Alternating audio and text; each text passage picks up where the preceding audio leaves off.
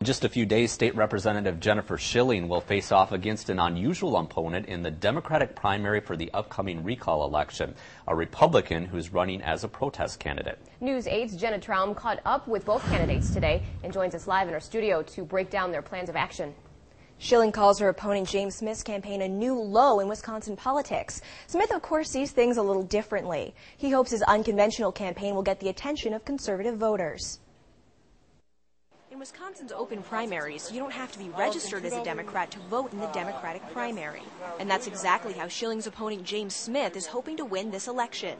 I certainly think there's a very high likelihood of Republicans voting in the primary on Tuesday. Whether it's enough to outnumber Jennifer Shilling, we'll find out. Shilling says Smith's candidacy is a distraction to voters, and an expensive one at that. His candidacy as a fake Democrat in this primary is costing taxpayers over $117,000 in this Senate district. So certainly my concern is that this is a waste of money. It is confusing to some people. While Shilling signs cover the sidewalks in La Crosse, you won't see a lot of signs for Smith.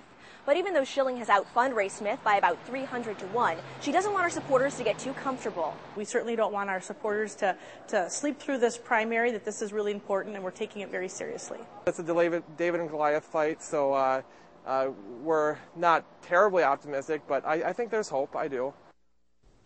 Smith tells me if he does win Tuesday's primary, he intends to challenge Kapanke for a seat in the state Senate.